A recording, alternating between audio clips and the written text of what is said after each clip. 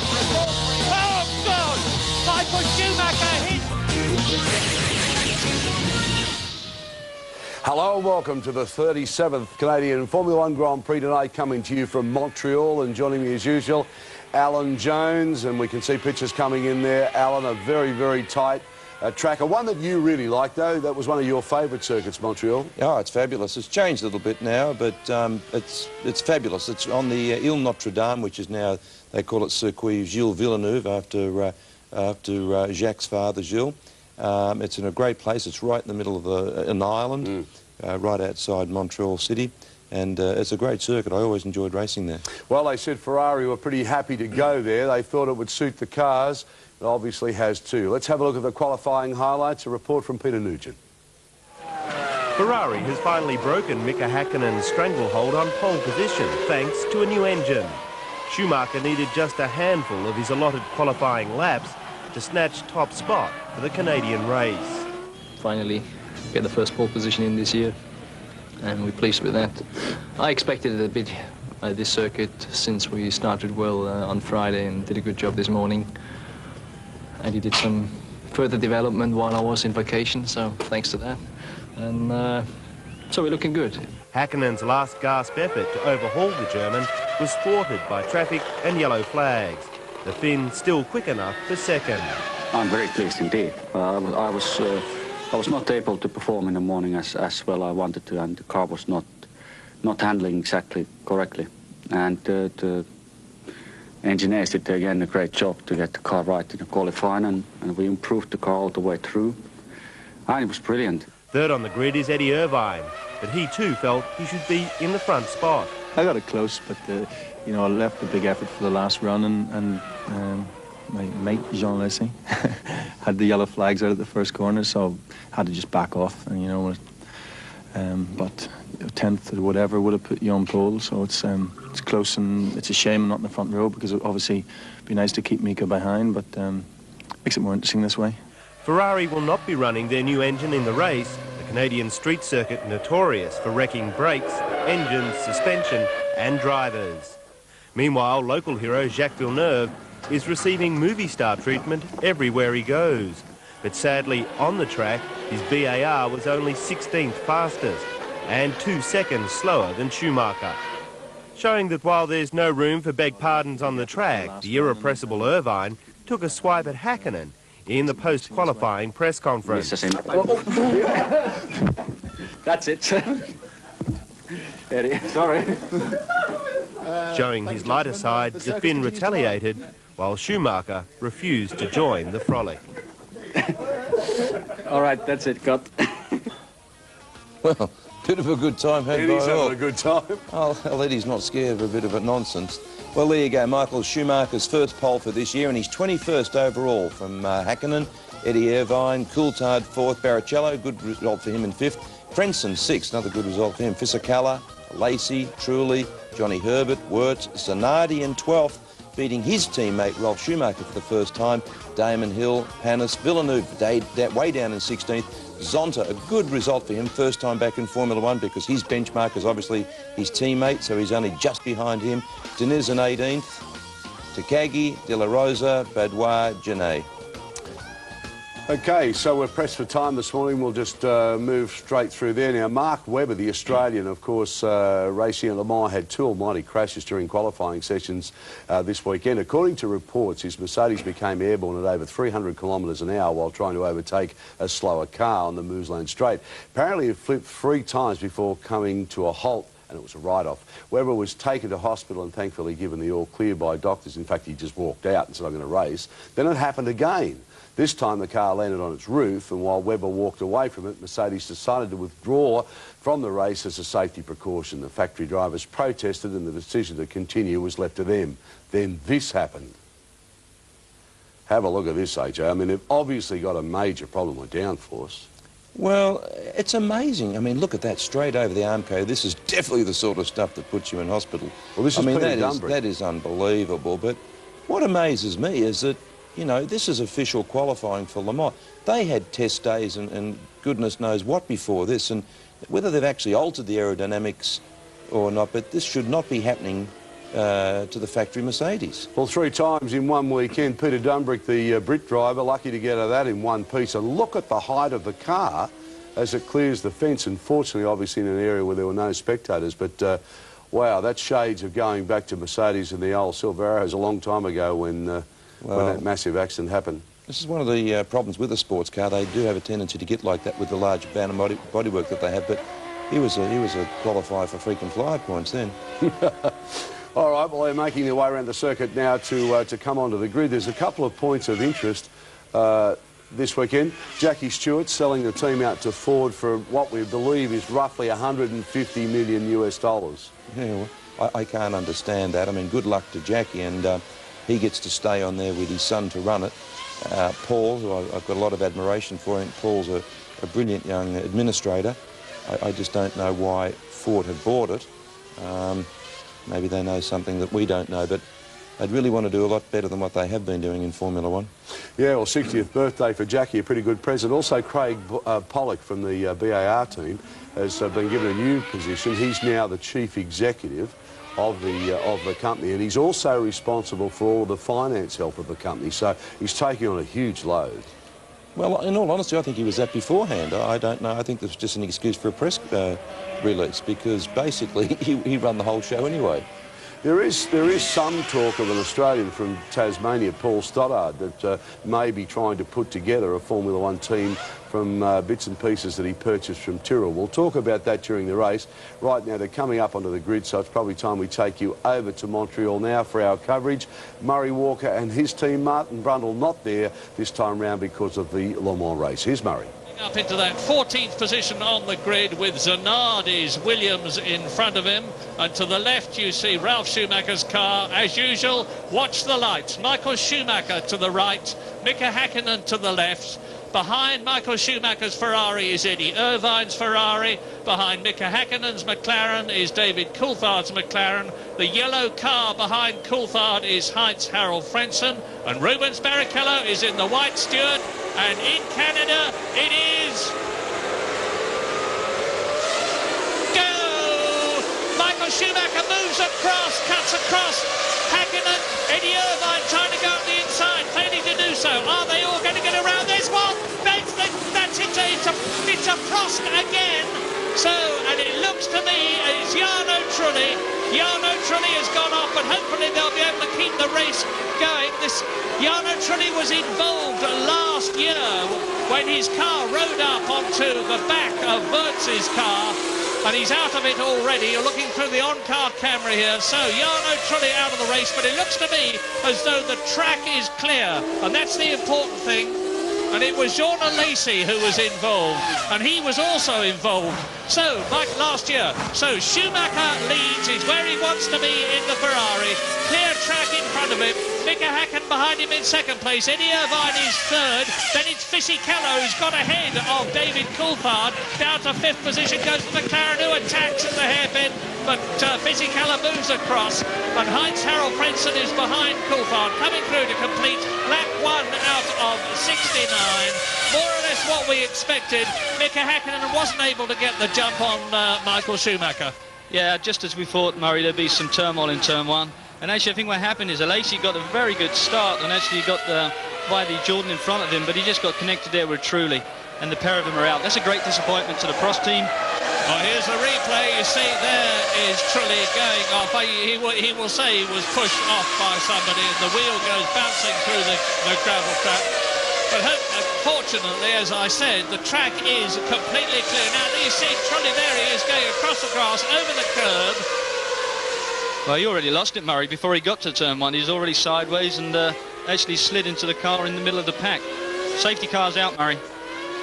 And just as it was last year, and Alex Wirtz tours into the pits, and there are the Stewart mechanics. So it looks to me as though it was Johnny Herbert who was collected, because Trulli, Wirtz and Herbert were respectively 9th, 10th and 11th on the grid.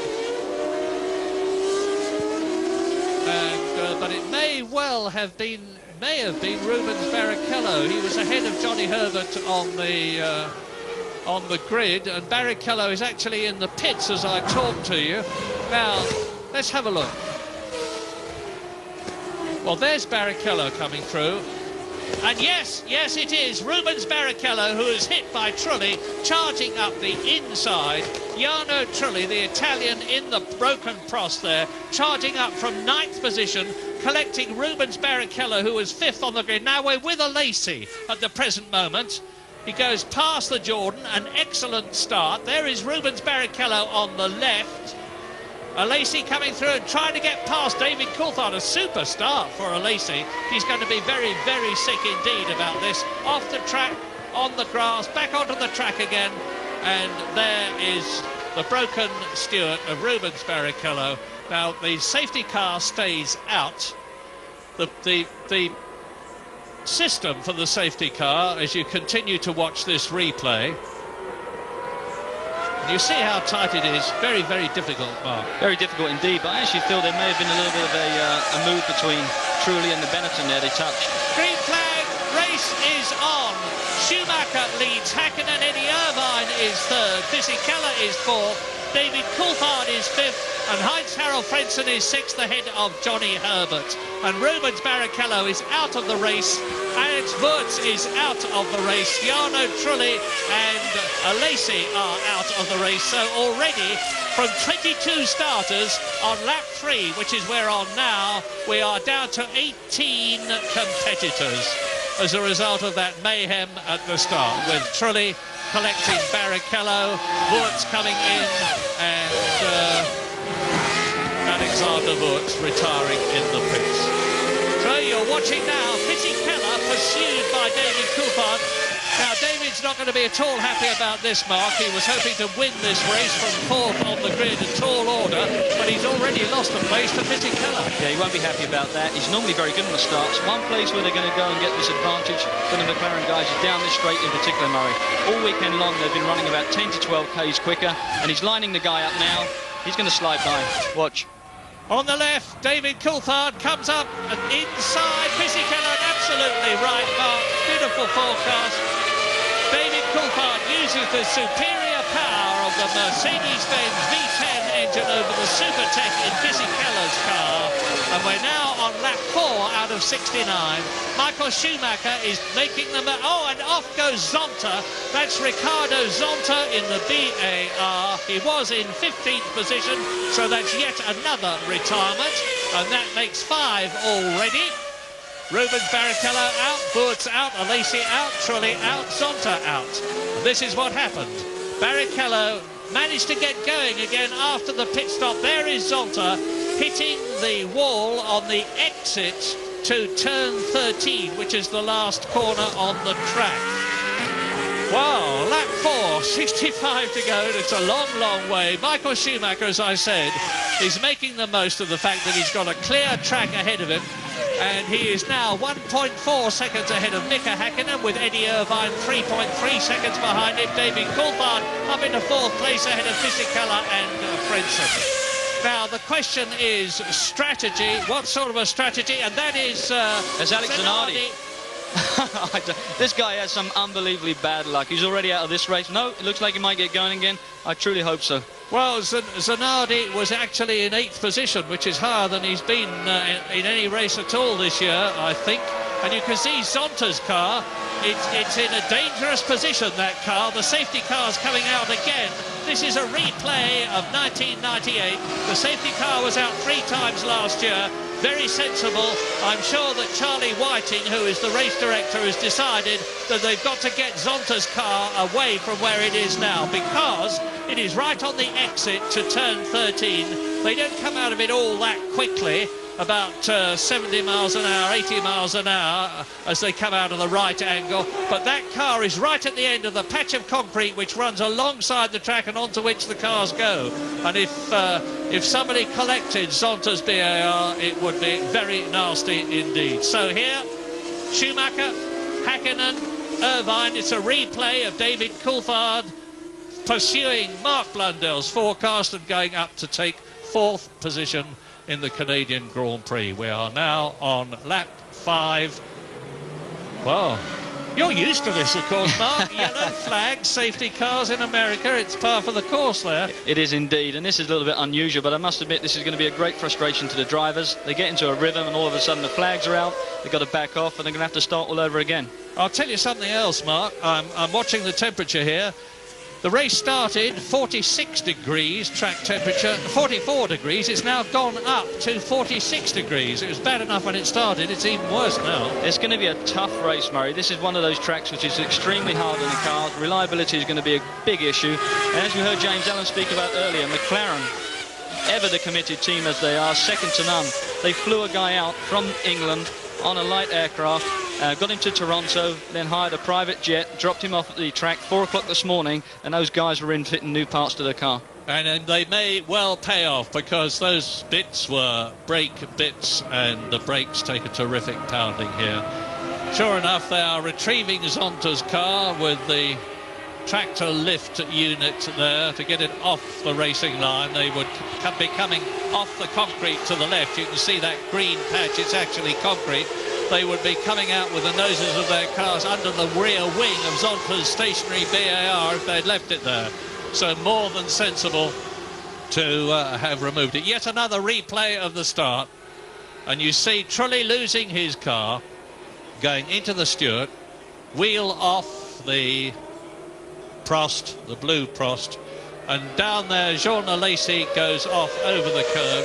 I feel very sorry for Jean Alesi, because he's getting towards the end of his career. That's Trulli, Alesi just going out of picture, and he's with one of the teams which is not a top team, the Sauber, and he got that car absolutely right. He was very, very happy with it. When Jean Alesi is up, he's up, and when he's down, he's very down. Well, he was up yesterday, and really optimistic about his chances in the race. Yeah, actually, I feel sorry for Rubens Barrichello as well. Jean. Great disappointment for him. I mean, he was just in the corner there, turn one, and just got taken out by Jarno Trulli. The new Stewart 14 going to be a little bit unhappy on losing the front runner. Absolutely, yes. In case you don't know, those of you who are watching, the Stewart Grand Prix team went through a very dramatic situation this week here in Montreal when the announcement was made that Jackie Stewart and his son Paul, who are chairman and deputy chairman, have been bought out by the Ford Motor Company, which is a good thing in many ways, because yet again it demonstrates how the manufacturers, the big manufacturers, as Jean Alesi, who in the Sauber team talks to Alain Prost of the Prost team, it's an indication that the top manufacturers are getting very involved with Formula One. It's a very, very expensive sport, and there's a lot of money there, so hopefully it's going to be even better. We're on lap 6 now. The safety car is still out. Michael Schumacher, who had worked so hard to build up a gap of 1.5 seconds over Mika Häkkinen, has seen that all disappear out of the window. And Eddie Irvine closes up on Häkkinen, so we're going to get this situation where it's go again. It's going to be go again, but first of all, I think Alesi just needed to vent a little bit of his anger off there at Alain Prost. Obviously, in his best French lingo, he was trying to find out what Trulli was up to. Mark, it's going to be a rolling start, and this temperature is now 47 degrees. It's continuing to go up. Now, they're not getting air through the radiators. It's going to make it worse. It is going to make it worse, and they're all bunched up together, so there's a lot of still air. And actually, we know that Rubens Barrichello, who got pushed out in that start, is actually back on the track again, but a lap down. It's not my fault. Jarno Trulli, pretty short race for him. Very much a coming man. I'm sorry to laugh, it's not funny, actually.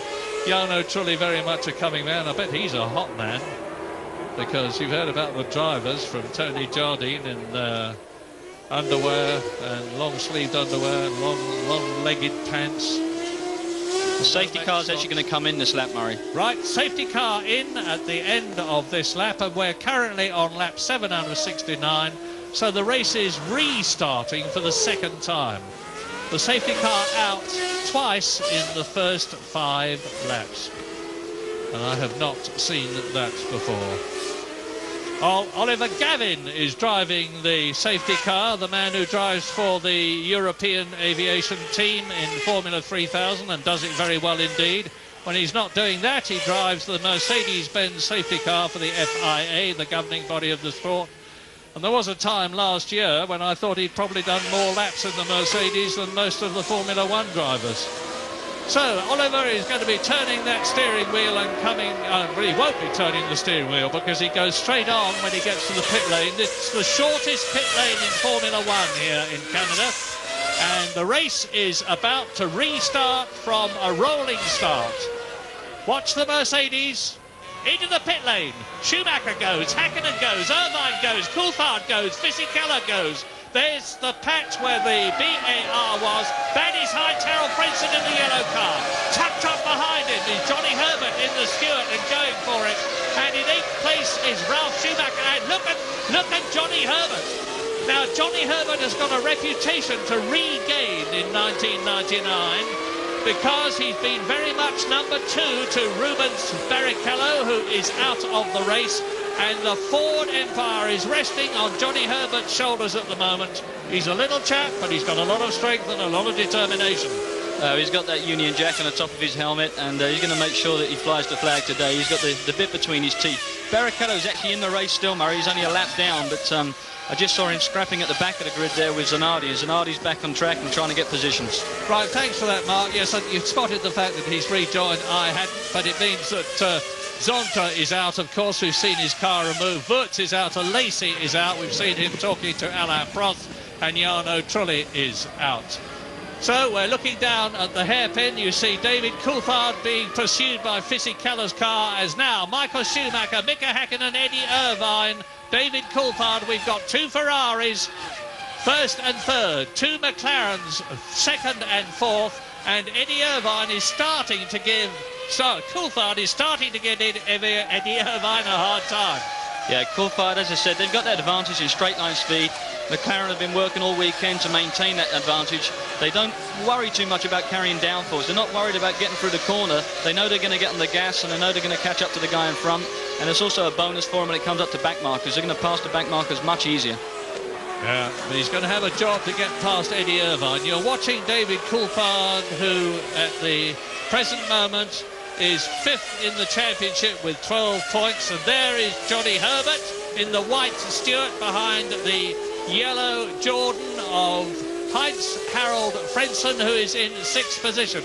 So Johnny Herbert is 1 place off a World Championship point at this early point in the race. And he's ahead of Ralph Schumacher, who is 8 seconds behind Michael Schumacher, his brother. And Ralph Schumacher in 8th position. Now, this is the hairpin. They take this at about 55 miles an hour on the apex. They approach it at 180. And from here, it's accelerating away round that kink into the fastest part of the course, building up to 200 miles an hour, which is what Schumacher is doing now as he wangs on the anchors down into 2nd gear. Now, the race at the present moment in the top 6 is the one that you are looking at. Coulthard against Irvine. Irvine looking in his mirrors. He's worried, Murray. Don't think he's not. He's got his head in his mirrors all the time. And for sure, Coulthard is going to get him sooner or later. It's only a matter of time. Where is it most likely to happen, would you guess? It's going to come off the hairpin for me. He's going to come out the hairpin, accelerate, drag down on Irvine, and slipstream, pass him into that chicane. He's going to start his lap clean, and he's going to be after his teammate Hakkinen. Now, Mark, Schumacher is staying ahead of Hakkinen. Yes, Irvine is staying ahead of Coulthard, but with not as much success. Is this a reflection on the car or the driver? No, I think it's just the pace of what they're running at the present time. Obviously, Coulthard is fighting now with Irvine. They're going to have their own battle. The 2 guys in front are actually doing pretty much similar lap times. I'm talking a 22.628 and a 22.646. Thousandths of a second difference. So hopefully that gap will remain the same or even close up for us. Well, there's the first 4. Ferrari, McLaren and Coulthard trying to dive up the inside. Not here, says Eddie Irvine, and not anywhere if I've got anything to do with it. But David Coulthard being very aggressive because he realises all the time that he's in danger of losing touch with the man he wants to get past most of all, which is Mika Hakkinen, his teammate, and then Michael Schumacher. There's Fisichella, Frenson, Johnny Herbert still up there in 6th position in the Stewart. So the Stewart reliable, the Stewart fast, Johnny Herbert is on it. And take a good look when you can, when we're getting close-ups, at the front wing of this Ferrari.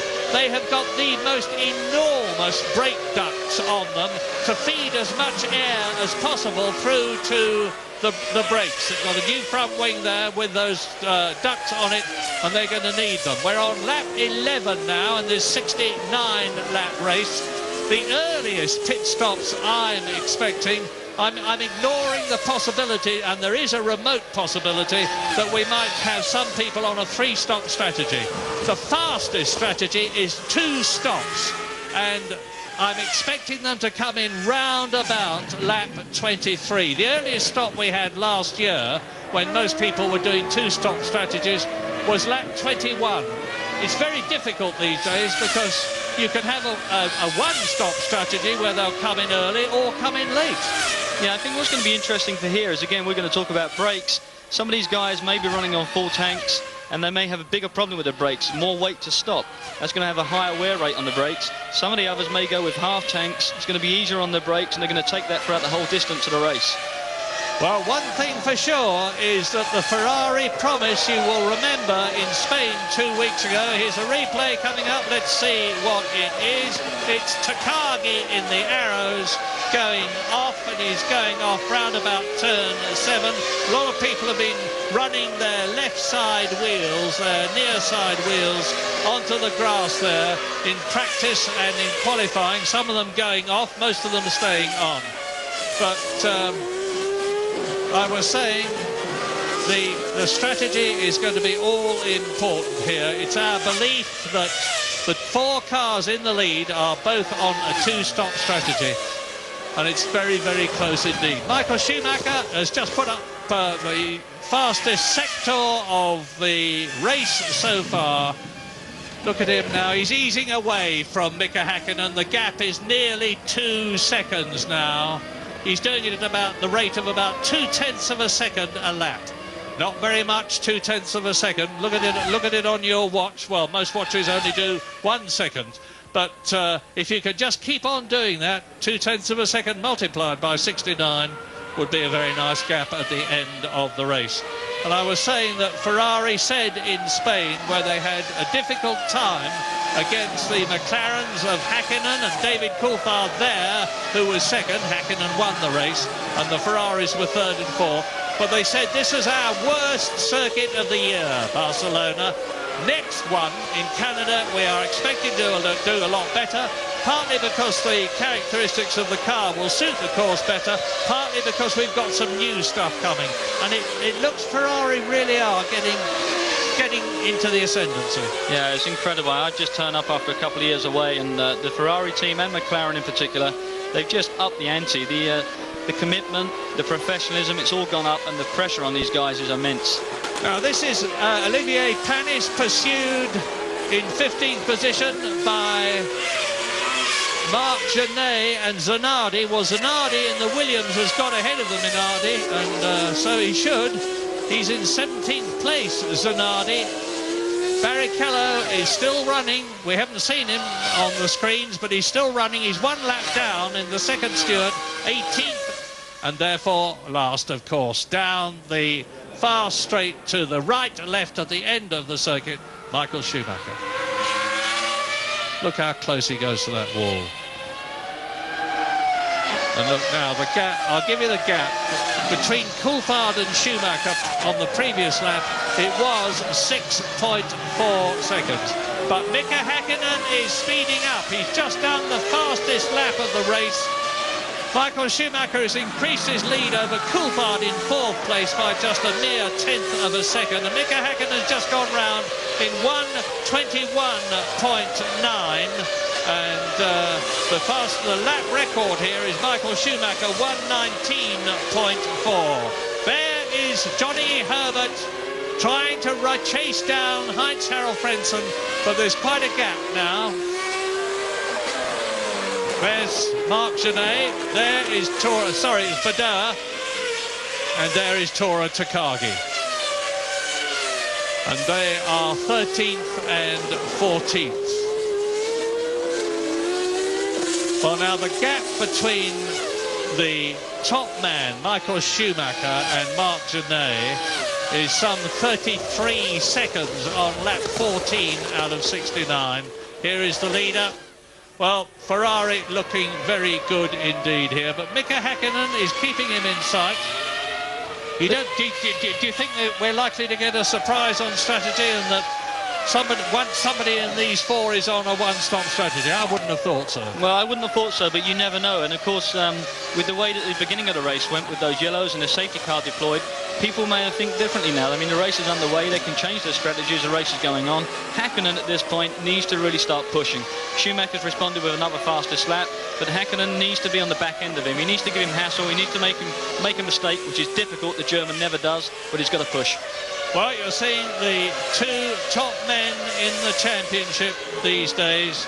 Michael Schumacher's leading it with 30 points to Häkkinen's 24 points.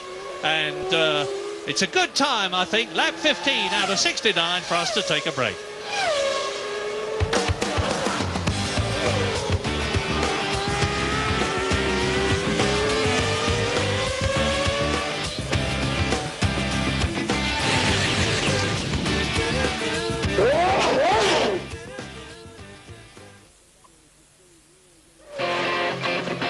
Welcome back. Plenty of action. Damon Hill here, as you see, really getting it sideways, loses the rear end, hits that wall that Eddie Irvine nearly hit in qualifying. You saw that at the top of the show.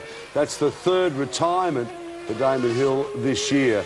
And also a few problems there with a flat tyre too for Barrichello coming in. All right, after 18 laps at Schumacher and Häkkinen and Irvine, that hasn't changed. Coulthard, Fischer-Keller and Frentzen. Now, just before we go back, I'll update you with the Le Mans results here. Pierluigi Martini, Jochen Winkelhock and Yannick Dalmas won the race in a V12 LMR BMW. Martin Brundle was on pole. He always goes very well on pole. That's why he's not at Le Mans at the moment. But Jonesy, that BMW, first time win for them, and that's got a connection with Williams. Well, it was actually designed by Patrick Head at Williams. It really is a bit of a test bed for their foray into Formula One. The engine's a V12 in that car, and that'll be getting some very good data for their Formula One entry. Looks good, doesn't it? OK, let's go back to Murray Walker and his new sidekick for this race only, Mark Blundell. The other day, and a very nice birthday from the Ford Motor Company, a large bundle of dollars for the team. And very well deserved too. No one's done more for Formula One in particular, and motor racing in general, than James Young Stewart. 3 times a world champion, the man who has made Formula One the touch wood, the comparatively safe sport that it is today, because it was Jackie's selfless insistence on safety being improved which resulted in the sort of cars that are being raced today, the Armco that you can see in the background, the medical facilities that are at every circuit. And Jacques Villeneuve is on a bit of a charge. There he is. He's in 10th position, pursuing Pedro Diniz. There is the Sauber of the Brazilian, and he's closing down on 9th place, he being Jacques Villeneuve, as they come down towards turn 10 for the 20th time in this 69-lap race. And Michael Schumacher comes through to complete his 20th lap. The gap was 3.2 seconds. Mika Häkkinen goes across the line. It's 2.8 seconds, because Häkkinen has just done the fastest lap of the race, 1 minute 21.48, and that compares with last year, just about 2 seconds slower than Michael Schumacher's fastest lap last year. I don't think we're going to see the lap times for lap records on this event, Murray, purely because of the heat, and also we've got the extra groove in those front tyres, which seems to have dropped off some of the grip for these guys. But interestingly enough, those two guys at the front, similar pace. The problem I can see at the moment is that Coulthard has actually dropped off of Irvine's pace by about 4 tenths, and that could be down to just working his front tyres a little bit too hard, trying to get by him in those early stages. Mark, when you were talking to your mates in the pit lane, were they moaning about the fact that these 1999 narrower cars on the 4 groove tyres are more difficult to drive? In a word, yes. I spoke to a lot of the guys down there, and you know, not one of them had a good thing to say about the way these cars are balancing out and what they like to drive. They all said they're very nervous, they're twitchy, and the fun element is going out of it. And most of all, they just need a bit more of a stable car with a bit of grip to go racing with. Well, there's Hakkinen. He's continuing to charge, and so is Eddie Irvine now. Irvine in the background is actually going faster than Mika Hakkinen in terms of lap time. Yet another quick lap from the Finn. But Michael Schumacher is totally in charge of this race. He knows the situation. He will be able, well, I was going to say he'll be able to see Hakkinen in his mirrors at some point. Do you think he will? Is Hakkinen close enough? I think Hakkinen's going to now make a big effort, a big push. We're going to come into that area now when there could be the first pit stops coming up in the next few laps, and he needs to put that gap down to at least a second or so, and that could be made up in a pit stop. But in order to get it down to a second or so, he's got to go mighty quick. The gap is 2.7 seconds, although Hakkinen that you're looking at now, the Finn who won in Brazil and won in Spain. Michael Schumacher's won 2 races too, and Eddie Irvine, of course, won the Australian Grand Prix. Mika Hakkinen is making that charge, as you see. Irvine there, Coulthard there. So it's still Ferrari McLaren. It's still Fisichella. There is the blue Benetton in the 5th position. You can see the gap between the Benetton and Heinz-Harald Frenzen's Jordan. And you didn't see Johnny Herbert, but Johnny Herbert is now starting to close on Heinz-Harald Frenzen. He's got the gap down to 1.1 seconds. Mika Hakkinen's just done a 1:21.272, which is the fastest lap of the race. Now, we're on lap 23 at the present moment. The earliest stop last year was made on lap 21. A 2-stop strategy, if you do it mathematically, is the first stop on lap 23 and the second stop on lap 46. So we can expect to see them start coming in at any time now. Hakkinen. So there is Hakkinen, and Louise Goodman has Damon Hill with her. Damon, that looked to us like a little slip that cost you dear. Was that the case? Well, it was an accident. I crashed the car. Basically, I lost control of the vehicle and hit the wall. There's nothing more to it than that, really. What is the track like? Is it very slippery in this heat? Yeah, it's been slippery all... There's not the heat that's doing it, it's just the track is slippery. There's not very much grip on the cars, but I mean, you know, I crashed and that's my mistake. Thanks, Damon. Back to you, Murray.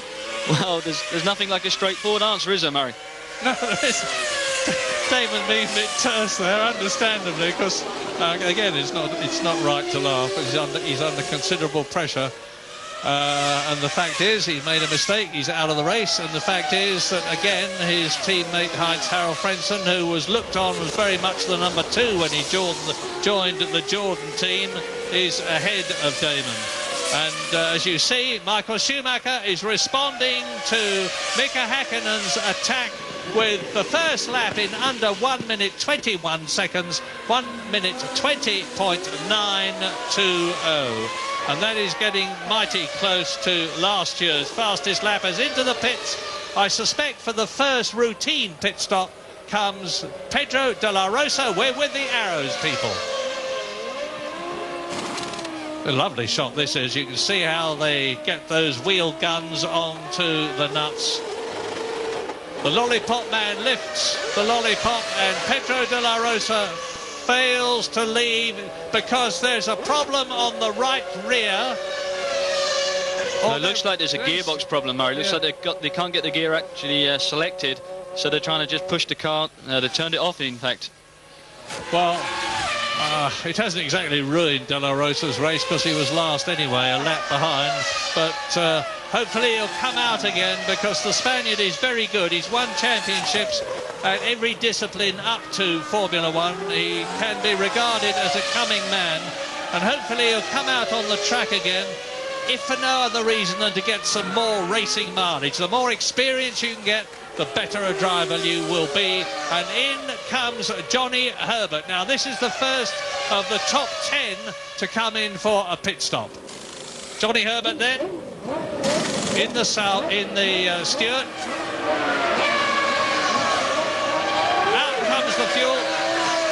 9.5 seconds for Herbert. Now, has he lost a place? Well, yes, he has. He's dropped down to 10th position because Villeneuve has gone past him, Deniz has gone past him, Ralf Schumacher has gone past him, but of course they have not made stops. Herbert has, so hopefully if he's timed it right, he might even get ahead of Heinz-Harald Frentzen, who Herbert was pretty close to. We're on lap 25 now, out of 69. The gap between Schumacher and Häkkinen that you see now as Schumacher turns in for turn 12 and Häkkinen follows him is 3.2 seconds. And I think Häkkinen's charge isn't working. I think Häkkinen's going to be a little bit deflated, Murray, because, you know, he was pushing like mad, pushing in those fastest laps, and Michael Schumacher just comes back and whacks one in there. And when you see that plus and minus go up on your board, it deflates you. When you're giving it your best and you see there's no reward.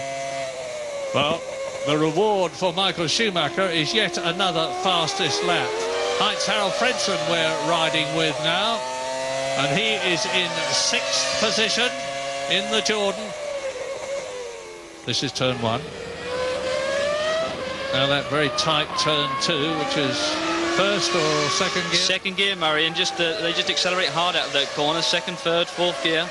And this is a blind turn in this point here, and they just curb hop. Watch these cars just climb the curves. They want to keep away from that one because it's a really bad curve. If you touch that barrier, you're going to be in a big mess. Building up to 180 miles an hour as he approaches turn 8, and Eddie Irvine and Michael Schumacher in the Ferraris seem to have control of the two McLarens, because Irvine is holding on to his 3rd position ahead of David Coulthard. The gap between the two of them is 2.5 seconds, and Schumacher, it's the question of when is the Ferrari coming in. It's lap 26 now that he is on. It's lap 27 that he's on now as Häkkinen goes through, and there's the whole length of the pit straight between Häkkinen in 2nd place, Eddie Irvine in 3rd position. The Finn turns into turn 1. He sees himself on the big screen, and sometimes, I know in the past, drivers have seen the big screen and worked out exactly where they were in relation to the opposition. Well, they're a better guy than what I am, I know that. I didn't have any time to look at big screens. You can see it's a half steering wheel that they have. It's none of the drivers these days have a complete 360-degree steering wheel, and those wheels cost a minimum, an absolute minimum of £20,000 just for the steering wheel, because so much information and control it goes through the steering wheel. They have a digital readout of their lap times. They can even control their drinks from the steering wheel. And the gear changing is operated by a couple of little paddles underneath the steering wheel. There's no gear lever as such on the modern Formula 1 car. And Michael Schumacher now on his 27th lap is increasing his lead over Häkkinen with that searing 3 laps that he put in, all of them at the fastest speed. And so Schumacher on his way. More news from James Allen. Well, I'm in the Ferrari garage, Murray, looking around for signs of activity, signs of those first pit stops. I've had a hunch that this was a one-stop race. I'm still feeling it might be. There's no real sign of the McLaren mechanics or the Ferrari mechanics getting ready to go. But, of course, traditionally, this is a one-stop race, and what you want to do is go as long as you possibly can on the first run, because you lose track position when you make your stop. No question in my mind that Schumacher, Häkkinen, Irvine and Coulthard are all on the same strategy, but I do think that Michael's got less fuel on board than the McLarens, and that possibly accounts for some of the reason why he's been able to pull away. He may make the first stop. It's pure speculation, but at the moment, I think if he does do that, he'll be taking on about 78 kilos of fuel and going through to the finish.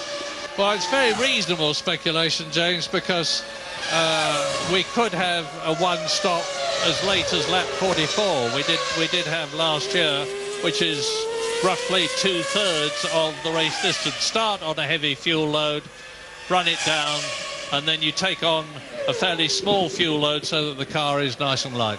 I think McLaren may well be doing that with the fuel load. They may be running a little bit heavier load, and they're going to go the distance a bit further into the race and carry it. And, you know, at this point in time, it looks very good for McLaren. They've got 2 cars running up there. The reliability looks strong. Anything can go wrong also in the pit stops. That's the other thing to consider. The more pit stops you have, the more risk there is. Well, looking good for McLaren, looking better for Ferrari, surely first and third. It does look a little bit better for them at this point, but, you know, I'd like to see a McLaren win this race if possible, just to make a bit more of a fight out of this championship. But, you know, first of all, they're going to have to beat Schumacher, then they're going to beat Ferrari, and that is a hard challenge. And Fisichella, meantime, that you are watching, pursued by Heinz-Harald Frentzen, is hanging in there. He's 26 seconds behind Michael Schumacher. He's in 5th position. There is Heinz-Harald Frentzen. And now there's a colossal gap between Frentzen, who's the last man in the points, in 6th position, and Ralf Schumacher. We're riding with Frentzen now. Make the most of this. I think this is the only on-board camera that we've got. And he's in that section of bends between turn 5 and turn 10, which is tremendously spectacular. Mark, talk us through it. Well, just watch the hands, Murray. Just watch Frentzen now. We've lost it already. But just think about that. There's 13 turns on this track. Every lap they're doing that, feeding back through the wheels, an immense amount of load through there. You think of the physical effort in these heat and these conditions. It draws about 4 or 5 pounds of weight off of these guys when they finish a race. Frentzen goes through the picture, and as we look down on the track, you can see Zanardi there chasing, would you believe, Luca Badoer. Mark, I'm going to pick my words very carefully here. Alex Zanardi was seen as the great white hope coming from Champ Car Racing, where he's the double champion in America and a very, very worthy one, to Formula One, as Jacques Villeneuve did. And Villeneuve jolly nearly won the championship in '96, did win it in 1997, but we'll pursue that later, because now we're going for a break.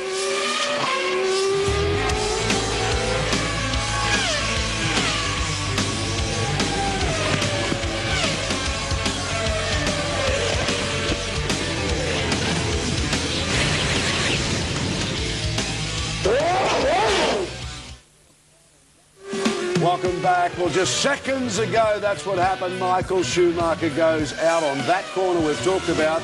Damon Hill hit it. His brother has hit it. Everybody's hit it. But you don't expect him to hit it, AJ? No, you certainly don't. It's a rare mistake by the world's best Formula One driver. What happened was he came into the right-hander.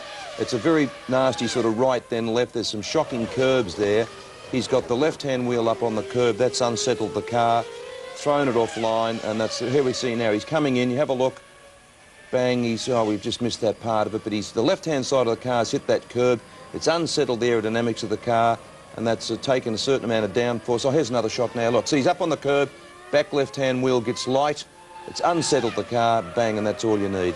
That could have a very big bearing on the World Championship, because that's a race now that he's virtually thrown away. Now makes it a McLaren benefit, perhaps. Well, it does, and as you can see there, it's Hakkinen from Irvine, Coulthard, Fisichella, Frentzen and Schumacher. But Eddie Irvine, it'd be very interesting to see if he takes up, because he's full of confidence lately. His qualifying's being a lot better than what it was last year. This could very well just be the carrot that he... Oh, here we go, Zanardi, is it again? This could be the carrot that he... Rolf. So the Schumacher's not having a good day. This could be the carrot that Irvine needs to really pull his finger and go for it. Well, that's an amazing thing. I mean, we don't see Schumacher make too many mistakes, but that one was a huge mistake, and that'll have a big bearing, I think, as this championship progresses. All right, let's take you back now to Mark Blundell, who's doing a great job with Murray Walker. 6th position ahead of Pedro Diniz. There are now only 14 cars left in this race. You may remember I said earlier on, and we're on lap 34 out of 69, a long way to go, that I would be surprised if 11 out of the 22 finished.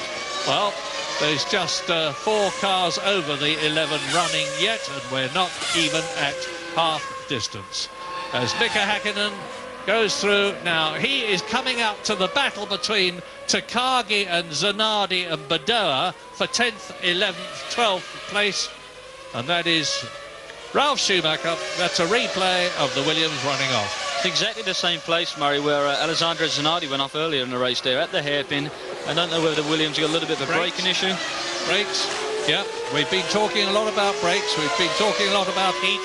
Just think of the amount of heat that must have been put into those brakes as Zanardi, who is in 11th position, heads the race leader, Mika Hakkinen, who is now about to lap the Italian in the Williams. Yeah, Alex moves over. No point trying to resist Mika Häkkinen. He saw him coming up in his mirrors. Yeah, I wish you'd done that for me a couple of years ago. There you go. When you were both in champ cars. Yeah. So,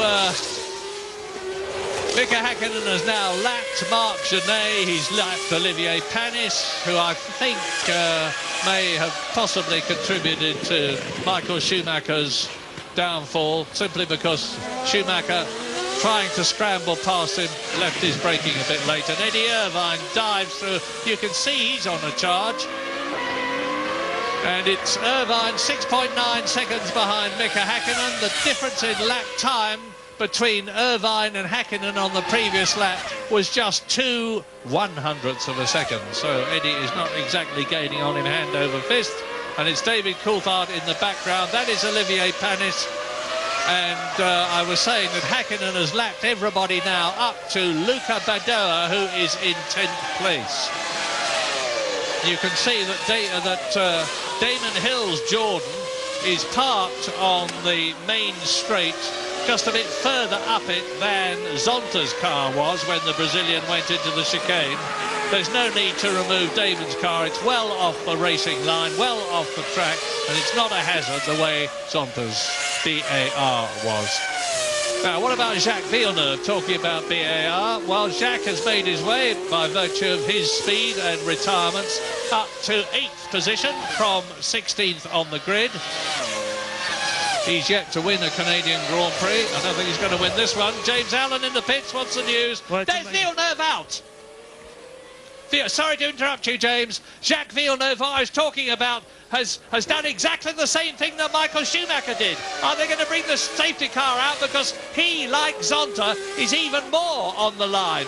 The BARs have gone out at exactly the same place, and this is jinx part of the circuit for Villeneuve, because it's where he went out exactly the same place 2 years ago in the Williams. Yeah. He's done it wrong again. This chicane is just taking a lot of victims in this race, Murray, and it's just a case of getting across those curves. It just upsets the balance of these cars. They're very light and grip as it is, and he just kicks them off into the wall. We can watch it now. Look, he's out already on the dirty. Oh, he's way out on the racetrack there. Should never have been there, but I guess it was caused by going across those curves. Yeah, Villeneuve charging up behind Zanardi. Takes a very, very heavy hit there. But as you can see, he was perfectly all right. Only his dignity has been hurt. And into the pits comes Giancarlo Fisichella from 4th position. And there in the pits is Frentzen, who was 5th. So Fisichella and Frentzen have come in together. That's on lap 37 out of 69. That's Badoa and Eddie Irvine in the pack of 4 cars there. And the gap between Häkkinen and Irvine, and Häkkinen's got through that traffic. We're with Pedro Diniz at the present moment, who is in 6th position, or was in 6th position, in the points. What's interesting, Murray, is the safety car's been deployed, and most of these guys have actually come into the pit lane and doing all the pit stops now. So we just have to have a look on that and see what it is for a regulation. Yes, I think that's perfectly permissible. And here is Mika Häkkinen. Now, Mika Häkkinen, race leader, making his pit stop. Now, I'm watching to see whether Eddie Irvine goes through. He should do. It should be the lead for the Ferrari. Very close. There goes Mika Häkkinen out of the pit lane. And the Ferrari mechanics have now got Eddie Irvine in. So Irvine was coming in. James. Yeah, 7/10 of a second he had over Coulthard, so it's not a great deal. Eddie Irvine is really going to struggle, I think, to keep Coulthard behind him after this. The regulations, it's no problem to him, of course, to refuel. Michael Schumacher did it last year under the safety car, if you recall, on lap 20 and went on to win the race. But I must just tell you guys, the most extraordinary thing about the reaction here at Ferrari to Schumacher's accident was the lack of reaction. They were completely impassive. I think the journalists down here were more up in arms and horrified than anybody in the Ferrari team. Everybody's allowed one catastrophic mistake in a season. Michael Schumacher just had his. He certainly did. And now the McLaren of David Coulthard, who is in 2nd position. is up behind Tora Takagi's Arrows in 10th place as they break for their bid, and Takagi should move over. Now this is delaying Coulthard. You remember that Eddie Irvine's been in, and any delay from David Coulthard is going to mar his chances of getting out and of the pits in front of Eddie Irvine when he comes in. So Hakkinen has stopped, Coulthard has not stopped. In comes Zanardi, the safety car there, and Fisichella has been into the pits. So everybody now down to, in fact, the whole of the field that is still running, 13 out of the 22, and into the pits comes David Coulthard. Now, everybody has been in now that Coulthard has made his pit stop, who is on the track. Bit of a delay getting that fuel nozzle out of the tank. Maybe that was because, as I said earlier on, there was and there is Irvine. It's mighty close. Irvine goes through and retains his position ahead of David Coulthard with the safety car out. Now we're on lap 39 in this 69-lap Canadian Grand Prix. Hakkinen, Badeur, Panis, Irvine, Coulthard. So Hakkinen will have a clear track when the safety car comes in.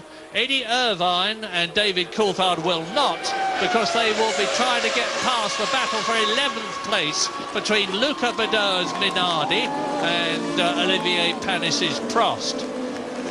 I find it very strange, Mark, to be talking about the Minardis having battles with people like Zanardi in the Williams and Panis in the Prost, because the Williams and the Prost are thought to be much quicker. This is a replay of Michael Schumacher slamming into that turn 13 wall, which must have given Olivier Panis a bit of a wake-up call. Yeah, Olivier, they just sort of got on the brakes and just puffed them and just got underneath him. But again, as we saw and as we said earlier, just a case of getting across those curbs, just unsettling these cars and throwing them off the road very easily. I think Villeneuve actually may have a little bit of a problem there when he got out the car with his leg. He took a big impact and it was very frontal, so I think that may be hurting him.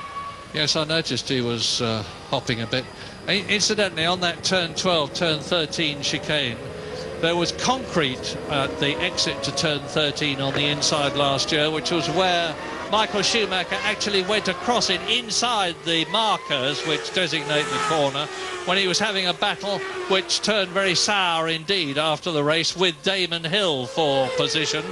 And Michael Schumacher said that Damon had been extremely dangerous the way he'd weaved in front of him. Damon naturally said he hadn't. But that concrete has been replaced with grass this year. So, safety car out, lap 39. 30 laps still to go, including the one that they are on and the order.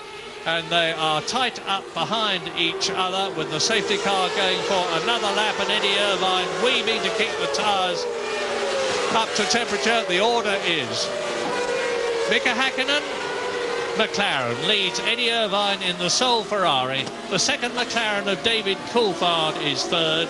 Fisichella's Benetton is fourth, and Heinz Harald Frenzen's Jordan is fifth, ahead of Pedro Diniz in the Sauber.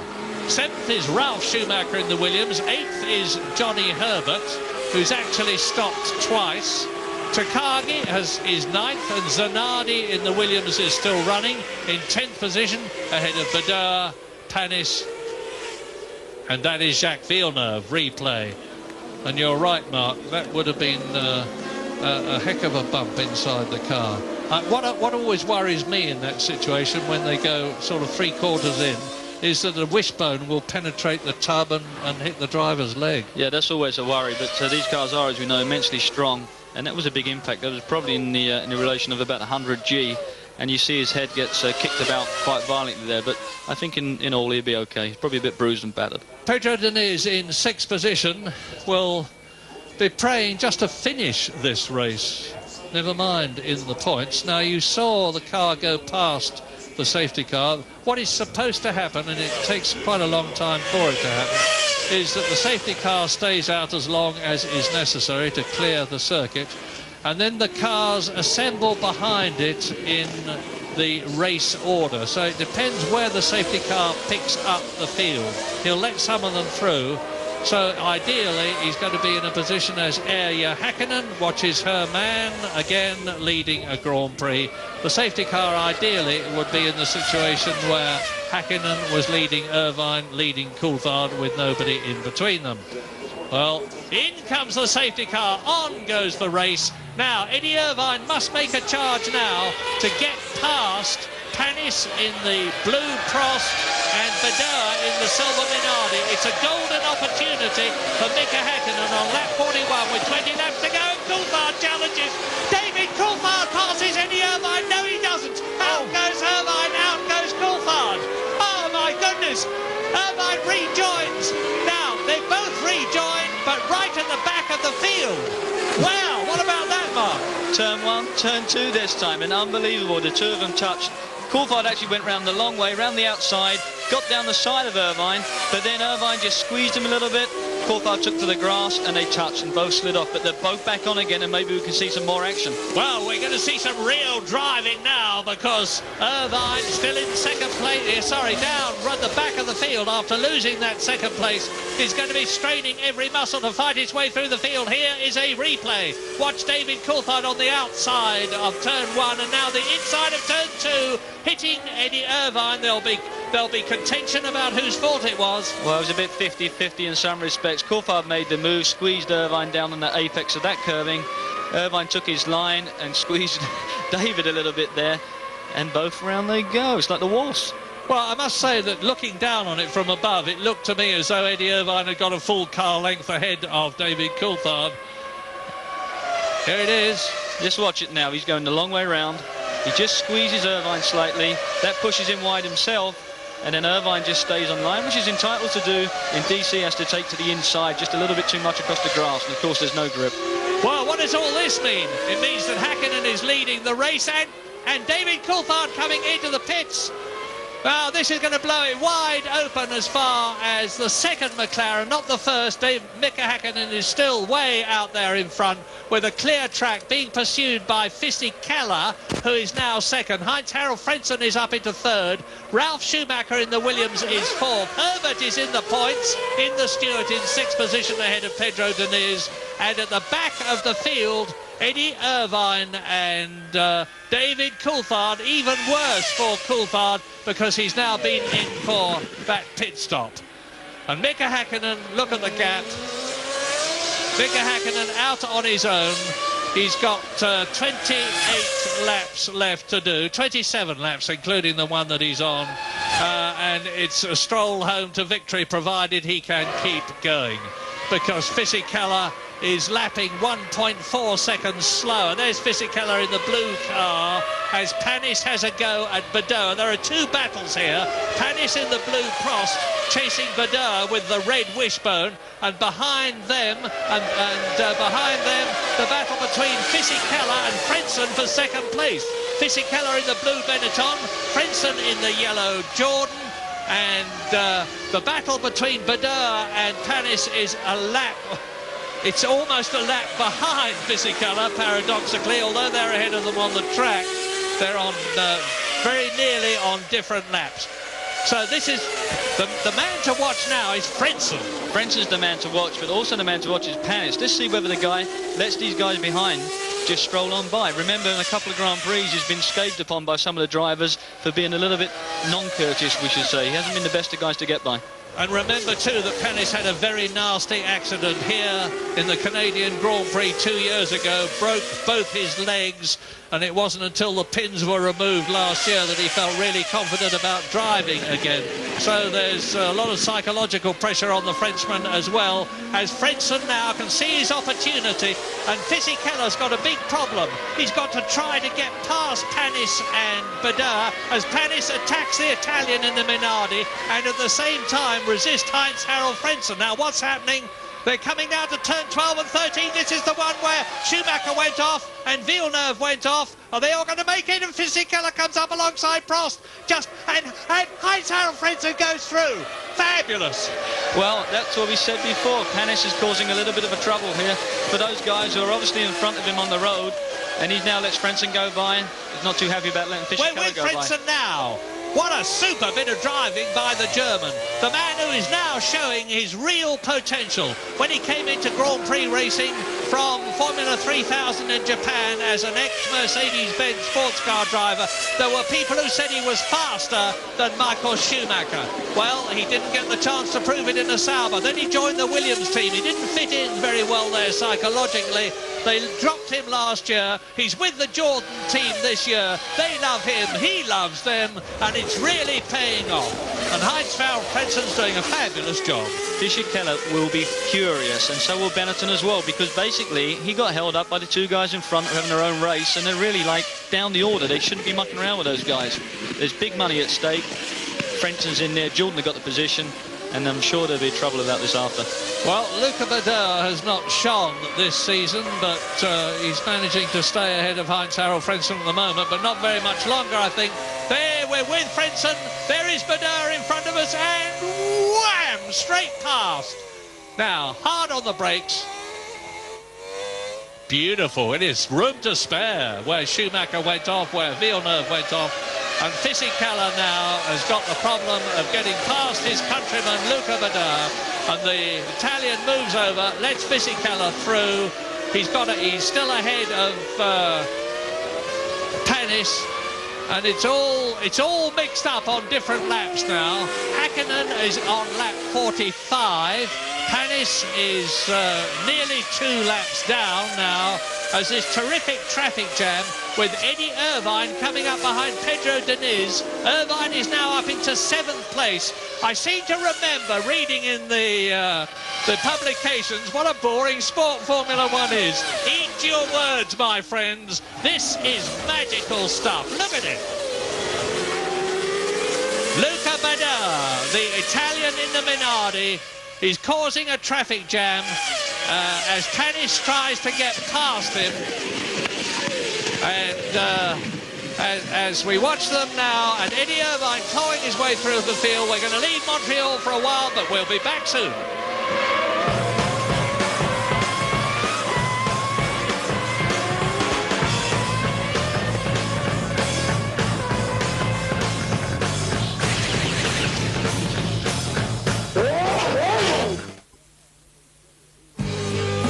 Welcome back. Eddie Irvine on a charge and throwing the Ferrari around. Let me tell you, he is a wild man on the circuit at the moment. Unbelievable. He is just flinging it around and making some very, very daring moves. Hakkinen's still out in front.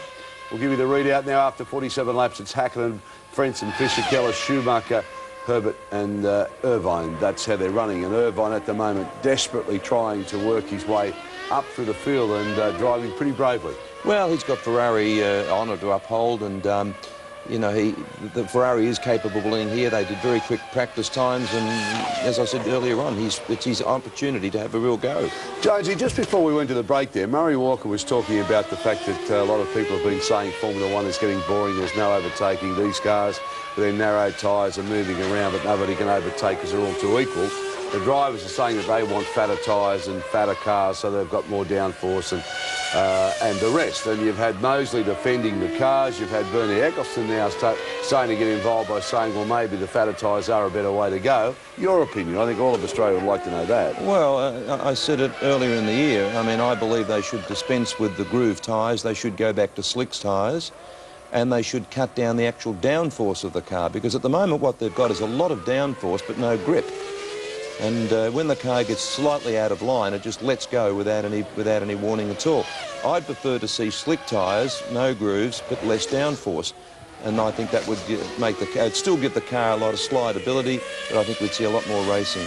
You'd hardly say this race has been boring. No, this race hasn't been boring, but we have had some boring Formula One races. We need to see some more overtaking. Back to Mark Blundell and Murray Walker. Rule about passing more than 3 blue flags. Yeah, that could be a possibility there, but Hakkinen is still pushing in 21s. He's a couple of attempts faster than Heinz-Harald Frentzen at this point. 16-second advantage for Hakkinen. We just have to make sure that he keeps a nice, gentle pace and doesn't get carried away. Go, Eddie! People are shouting here, and look at him. He's now up behind Johnny Herbert, and there is Ralf Schumacher coming towards us in 4th position in the Williams. So 4th, Schumacher. 5th, Johnny Herbert. 6th, Eddie Irvine. Pedro Diniz is dropping back in 7th position. He's 2 seconds. There he is in the background behind Eddie Irvine. And Ralph Schumacher, and Eddie is really going for it. He went in very deep then into one. He's trying to make up the advantage under braking. Got to be careful. He nearly locked up and slid into Johnny Herbert there. Just put the pressure on and see whether he makes a mistake. Well, look at this mature, tremendously fast Eddie Irvine. The winner at Melbourne, the Australian Grand Prix. He was 5th in Brazil. He was second, a magnificent second to Michael Schumacher as David Coulthard comes in for his 10-second penalty. The mechanics have a look at the car. The lollipop man, Mike Nguyen, just holds the lollipop there. David has to contain himself, accelerate away. Now, Coulthard was 21 seconds behind Zanardi when he came in. And it's not just the 10 seconds stationary in the pits, it's the time you also lose for slowing down and then speeding up that penalises you. And so that has destroyed, I think, David Coulthard's chances of finishing in the points as Eddie Irvine continues to harry Johnny Herbert, the man who incidentally is a past Le Mans winner. BMW won at Le Mans. My colleague Martin Brundle, who so many people had thought would win the race, sadly failed to do so by crashing out. But Eddie Irvine, who is still, as far as I know, the lap record holder at Le Mans, is chasing the previous Le Mans winner, Johnny Herbert, to try and get up to a 2-points position. And Irvine in the Stewart resists him. Now, sorry, Herbert in the Stewart resists him. Johnny Herbert has only had a 10th place this year. His teammate Rubens Barrichello has had 2 points finishes this year, a 3rd and a 5th, and Irvine continuing to shove. And Johnny Herbert quite cool, quite calm, utterly implacable. This is his 135th Grand Prix as off goes Sandro Zanardi. Did he manage to avoid Luca Badoer? Yes, he did. Oh, Eddie getting it very out of shape. Eddie's pushing. He's really pushing like mad here. He wants to get on the back of Herbert, get by him, and get after Ralph Schumacher. He wants that podium position, Murray. What about his tyres? What about his brakes? Well, you know, at this point in time, they're holding up well. Doesn't seem to be any issues. He's braking as hard as he can. We've seen that with the smoke pouring off his tyres, and he's certainly running as hard as that Ferrari can manage. Lap 52 out of 69. Ralph Schumacher. There is 4th. Johnny Herbert and Eddie Irvine, 5th and 6th. And Mika Häkkinen is going marginally slower in the lead than Heinz-Harald Frentzen, who is still in 2nd position ahead of Fisichella. But Häkkinen continues to lead by 16 seconds as we get a replay here of Zanardi and Badoer battling for that position.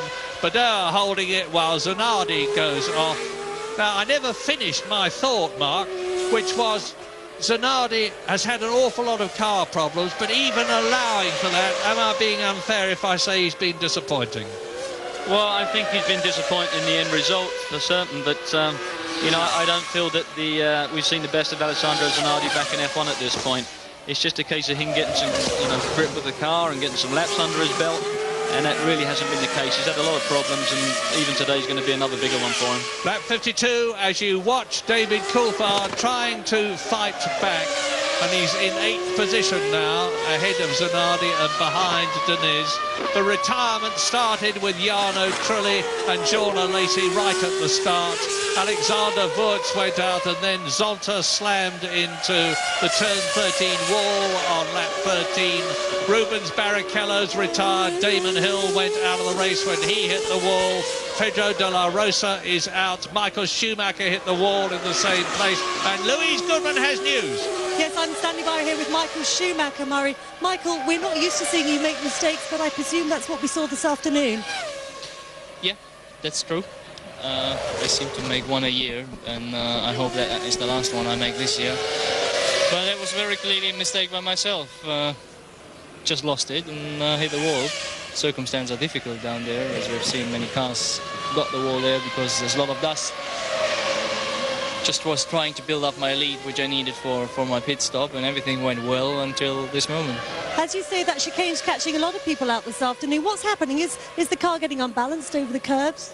No, there's a lot of fine dust inside the curb, and as people run wide over the curbs as you can do when you gain some time, and everybody's doing it, it means that there's a lot of dust next to the line, or sometimes on the line. And I had just before various laps where I almost lost it in that chicane because other people heavily went over it, and I had a lot of dust on my line actually. But there at this moment I just went a bit wide, and after that it was already decided I would going to hit the wall. Thanks, Michael. Well, a totally calm, cool, collected and dispassionate Michael Schumacher. And past Johnny Herbert goes Eddie Irvine all over the place. They both go over the apex of turn 13, and Eddie Irvine's gigantic push has succeeded. He is now up into 6th position. Well, to finish my previous thought, a totally calm assessment of the situation, which is no less than you'd expect from Michael Schumacher. Replay. Eddie Irvine courageously dives inside Johnny Herbert. They both go off the track. There won't be a penalty, I think, because I don't think either of them suffered.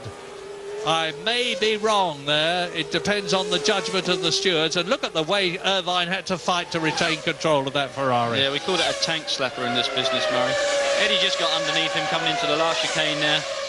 Took him in real deep, and I think it was best for both of them that they took the wide exit and ran on the grass. Certainly there's going to be some dust on that corner now, that's for sure.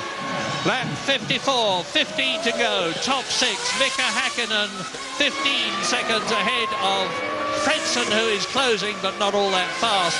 Fisichella is right behind Fredson in 3rd place. Ralf Schumacher in the Williams is 4th. Eddie Irvine is now 5th ahead of Johnny Herbert. We're going for a break.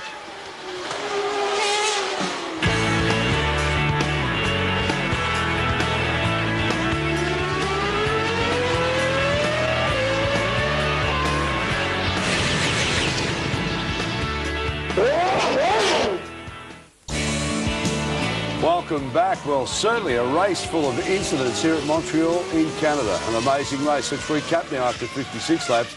Mika Häkkinen still doing a terrific job out in front. Frentzen, he sits in 2nd. Fisichella is 3rd. Ralf Schumacher is next, then Irvine and Herbert. Now, Jonesy, it's interesting to notice once Eddie Irvine got past the steward car. Well, that's what I was saying very quickly before, Darryl. It took him several laps, a lot of laps, to finally get past Johnny. Now look at the gap that he's pulled out now. I mean, it's night and day. And now he's closed in on Ralf Schumacher unbelievably quick. It'll be interesting to see how long it takes to get past him, unless Ralf cooperates a little bit. And that's the argument that you're putting up about passing, isn't it? Well, that's right. I mean, it's, you know, we saw Eddie stuck behind Johnny Herbert for lap after lap after lap. The minute he gets past, he draws away by over a second a lap. He's dragged in Ralf Schumacher like no tomorrow. And unless Ralf cooperates, we should see him stuck behind him for several laps. Back to Murray. Is he going to be there very much longer? 3 points for 4th position, 2 points for 5th position, 1 point for 6th place, and they are battling for 4th and 5th. They've been Ralf Schumacher, Williams, Eddie Irvine, Ferrari, and all credit to Ralf Schumacher. He's proved himself to be a chip off the old block. He's had a 3rd place in Australia, and he's had 2 other points positions this year in a Williams which is by far a long way from being the best they've ever produced, and has also got the Supertech engine, which is a customer engine in comparison with the very, very powerful, some 800 horsepower Ferrari V10 engine of Eddie Irvine's car. So Schumacher is driving an absolute storm of a race. He's very mature. He's come on leaps and bounds since last season. But watch the Williams team, Murray. I think those guys are going to lift up the pressure a little bit. They're going to get some performance. They're doing a lot of testing in the next couple of weeks, and all the Williams personnel are pumped up about it. Irvine going for it. Dodges out from behind Schumacher's rear wing. Is this where the superior power pays off? Yes, it does. On the approach to where Eddie Irvine moved up ahead of Johnny Herbert, and Irvine is now up into 4th position. Now the gap between him and Fisichella is some 12 seconds, and even the way Irvine is flying, actually his last lap was marginally slower than Fisichella's. So Fisichella is looking extremely good for another podium, as we see a replay here in Canada of Eddie Irvine taking Ralf Schumacher. And if Fisichella gets that third place podium following his second place here last year, which will be a rich and well-deserved reward for the Benetton team. Another replay. You see a masterly passing move. Yeah, masterly passing move. He just got underneath the rear wing of Schumacher, went the long way around. Had it all to do when he got here because he needed to gather it up slightly, took a bit of speed in. His lap time will be a little bit slower for that lap because of that traffic there with Ralph Schumacher. He had to make the move, but watch the guy again now. He's going to start to put the pressure on and the lap time's going to drop and he's going to be after Fisichella. Well, we were all talking about the future of Eddie Irvine before the race began, and there's a lot of speculation, but Ferrari, in my opinion, and it's none of my business admittedly, would be very unwise to let Eddie Irvine go. He's a supremely good driver. He reckons, although some of his remarks were misquoted, that he's as good as Häkkinen, who we're looking at now and is leading the Canadian Grand Prix, and David Coulthard, who is down in 8th position. So at the present moment, it looks as though only one of the McLarens, and we're on lap 60 out of 69, is going to finish in the points. And yet again, it will be Mika Häkkinen.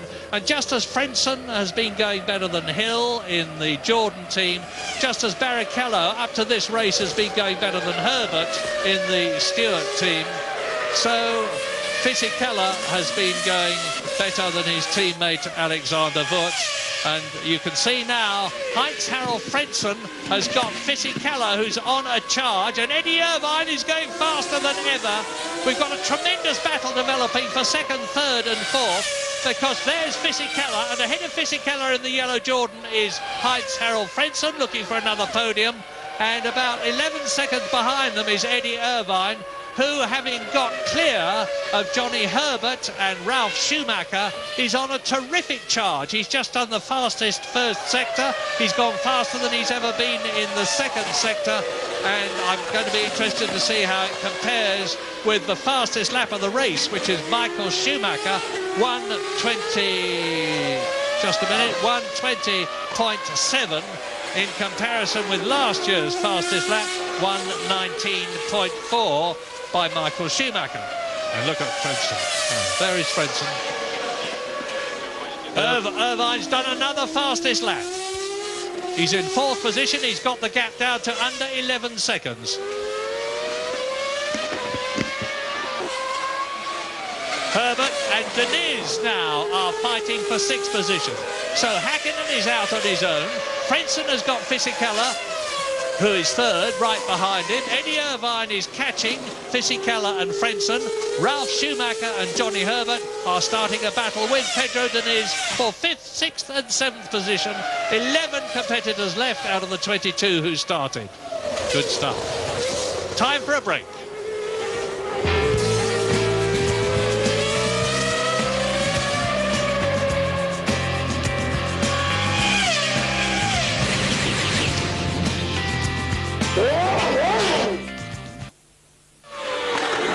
Welcome back. Mika Häkkinen doing a fantastic job out in front. McLaren's look set to win this one, but how many times we've said that this year? How many times we've said that this race? 62 laps. There's the top 6 runners for you. Irvine's the big interest now. He's on an absolute charge. He's been the fastest car around the circuit for the last couple of laps. Whether he can make up the difference. Yeah, and also Frentzen and Fisichella, I think that could, with 7 laps remaining, that could get quite interesting. Let's go back to Murray.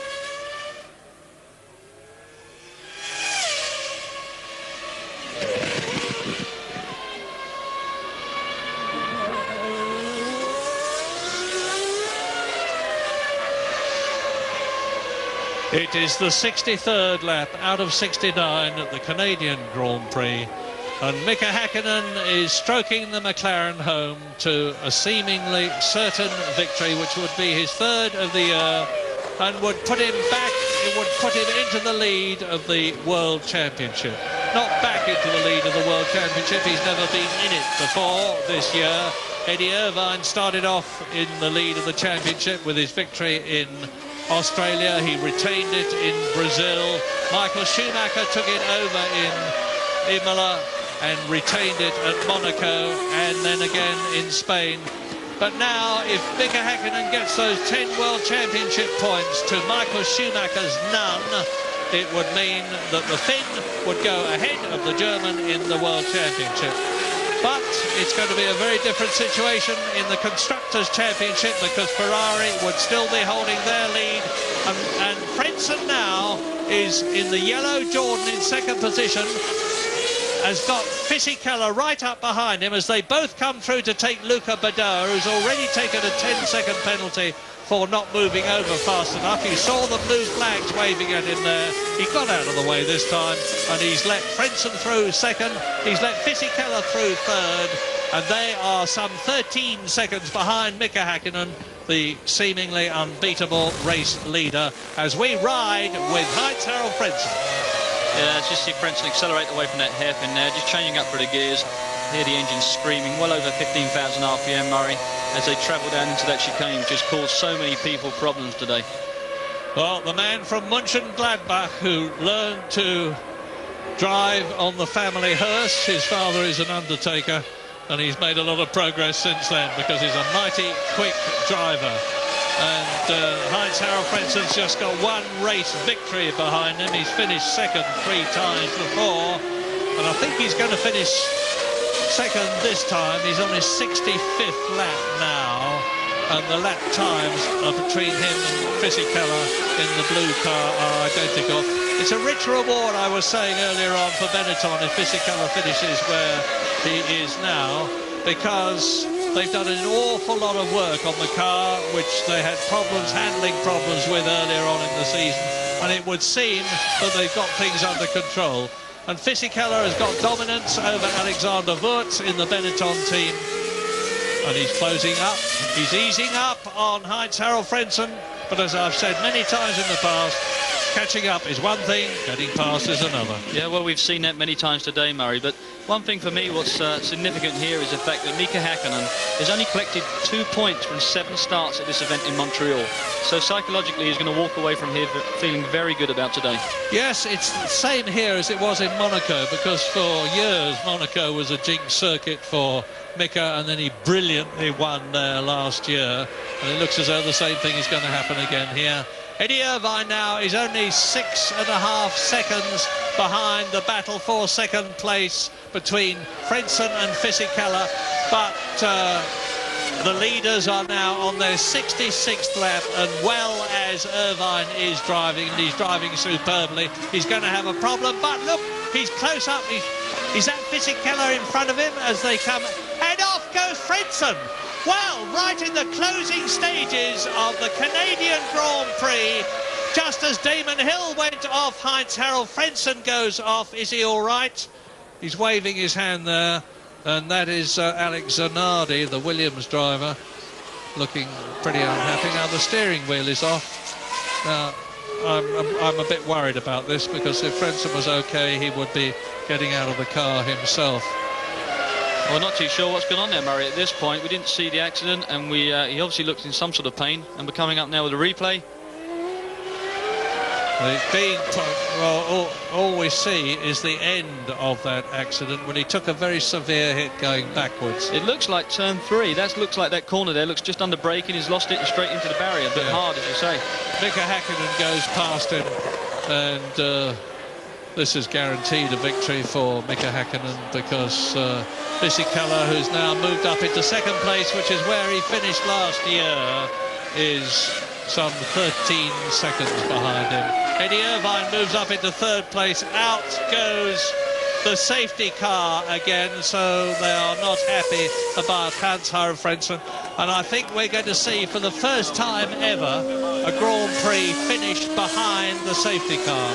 You've got experience of this in Champ Car racing, Mark. It looks as though, sadly, we're going to see the wrong sort of history made in Formula One, with the yellow flags out and the board there which tells Mika Häkkinen by the letters SC on it that the safety car is out.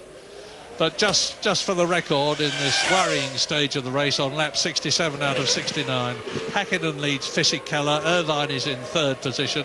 Frentzen is still in the car. His legs cracked. It could well be. He went into the barrier sideways. There may be an element of suspension punctured through the monocoque. And as we saw, the safety car went out, but the medical car did follow. So something's up. Yeah, Frentzen is obviously conscious and talking to the marshal. Again, just to complete the record, Ralph Schumacher is 4th, Johnny Herbert is 5th, Pedro Diniz is 6th, David Coulthard is 7th. Mika Häkkinen goes through and is now on his 68th and penultimate lap, closing up on the safety car. And I can't see this race finishing any other way than behind the silver Mercedes-Benz safety car. Not the way Mika Häkkinen would have wanted to win this race. And a rather downbeat finish. Fisichella will be closing on the McLaren. There he is. There is Giancarlo Fisichella, but he'll know the safety car's out, and he's just got to take up station behind Mika Häkkinen. And Eddie Irvine will be the next to come into the picture in the Scarlet Ferrari, because he'll be bearing down on Mika Häkkinen, race leader. Giancarlo Fisichella, 2nd position. Last year's winner here in Canada. Oh, and out goes Heinz-Harald Frentzen. I'm very, very happy to see him walking, albeit supported, and it means to say that his legs are all right. He's obviously very, very with it, and that is an enormous relief. But we're now on lap 68, and you see the first 3 together. If the safety car does pull off, we're going to have a mighty exciting finish to this race, because there's swerving Eddie Irvine. Now, is the safety car coming in? It's going to be an absolutely fantastic last lap if he does, because Häkkinen has got Fisichella behind him. No, the safety car goes on, and they are now on their 69th lap. The full race distance is 69 laps, or they will be in a moment when they cross the line now. There's the safety car, and 1st Häkkinen, 2nd Fisichella, 3rd Irvine. That's Badoa, who has long since been lapped, of course. In fact, he's been lapped twice, and he's down in 10th position. And we're on lap 69, and we are indeed seeing Formula One Grand Prix history made.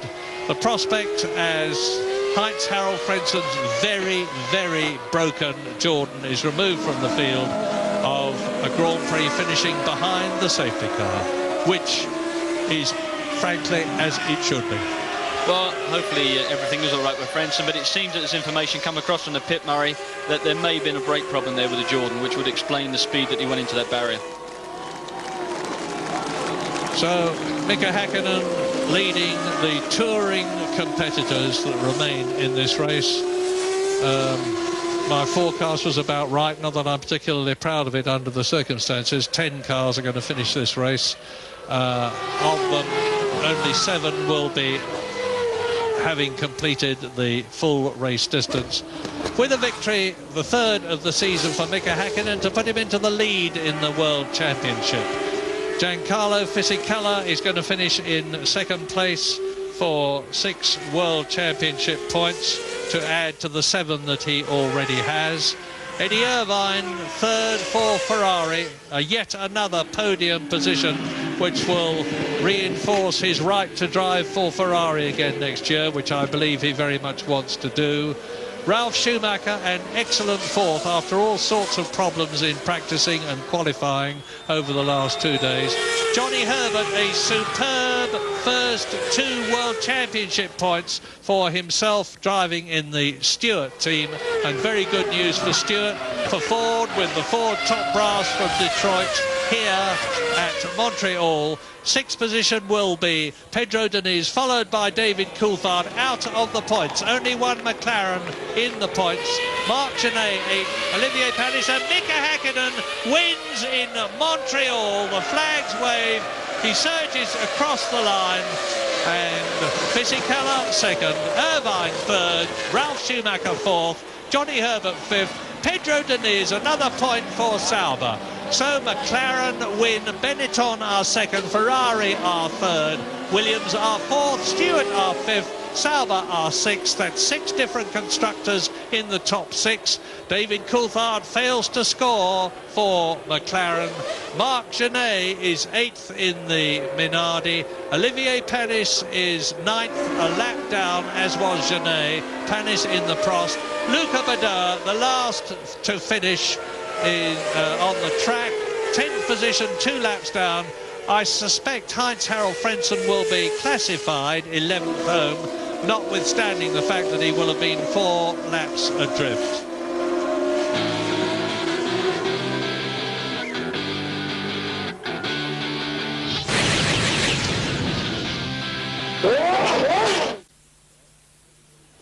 Welcome back. Well, there is the champagne being sprayed. A remarkable race, and well, everybody's copping a load. Like young Fisichella, wouldn't he be happy with that? He's done very well here over the years. It's amazing how Fisichella and Wirtz were sort of really neck and neck last year, but he has taken a major leap forward. Well, as you can see, Mika Häkkinen from Fisichella, Eddie Irvine, a great drive from him to get into 3rd, Rolf Schumacher 4th, Johnny Herbert 5th, and Pedro Diniz in 6th.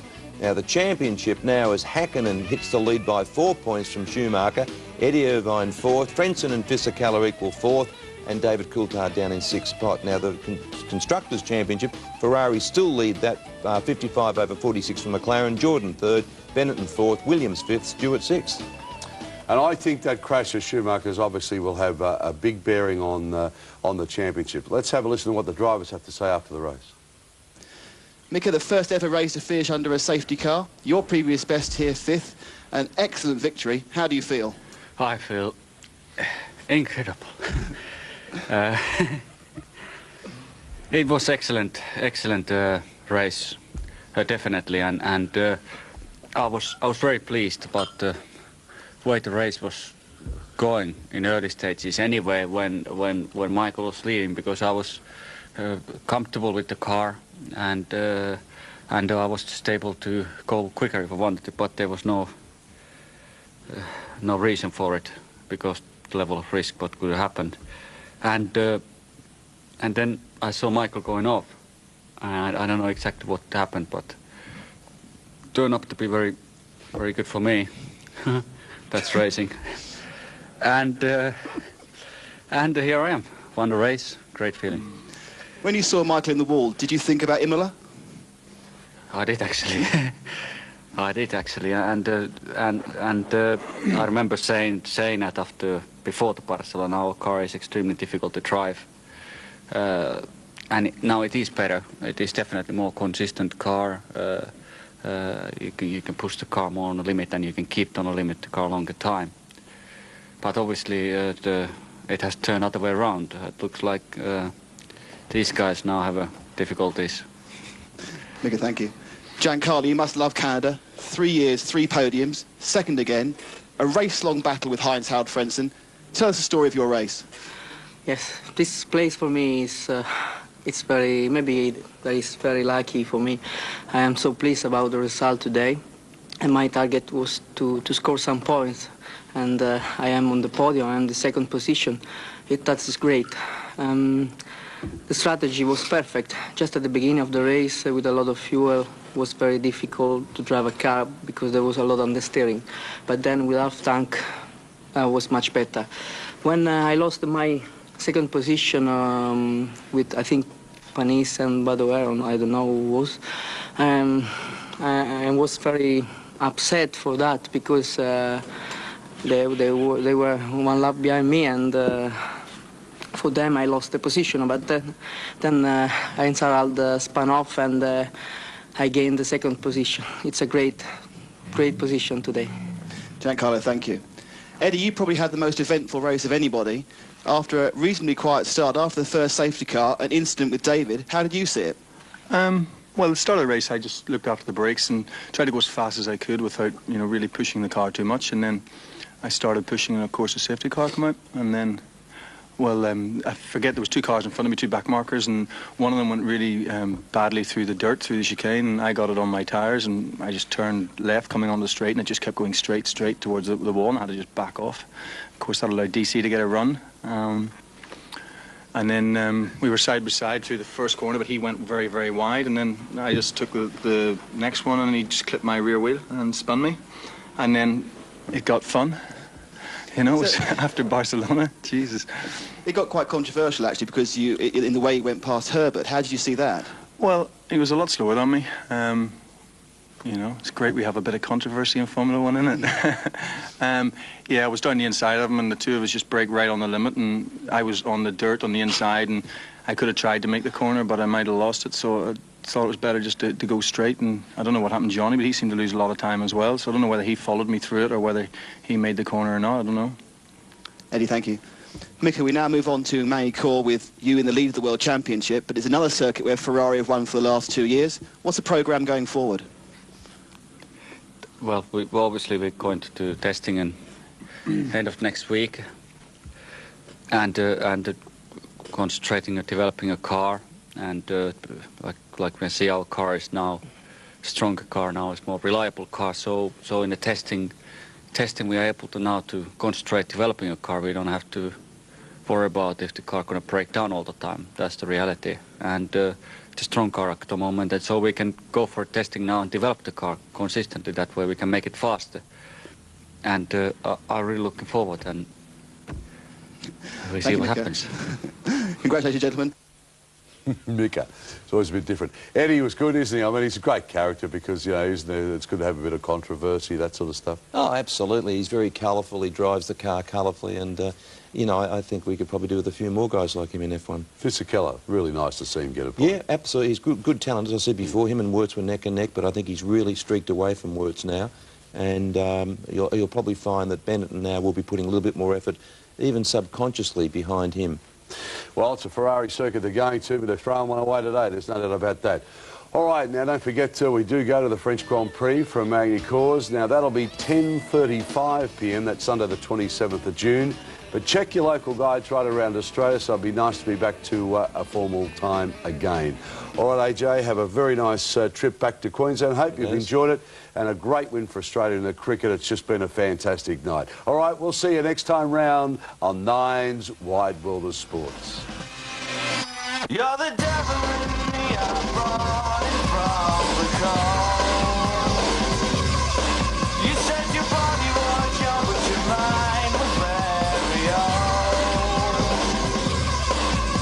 You're coming on strong and I like the way the visions we have are fading away. You're part of a life I've never had. I'll tell you that was just too bad. I'll tell you that was just too bad. I'll tell you that was just too bad. I'll tell you that was just too bad. I'll tell you that was just too bad. This has been a presentation of Nine's Wide World of Sports.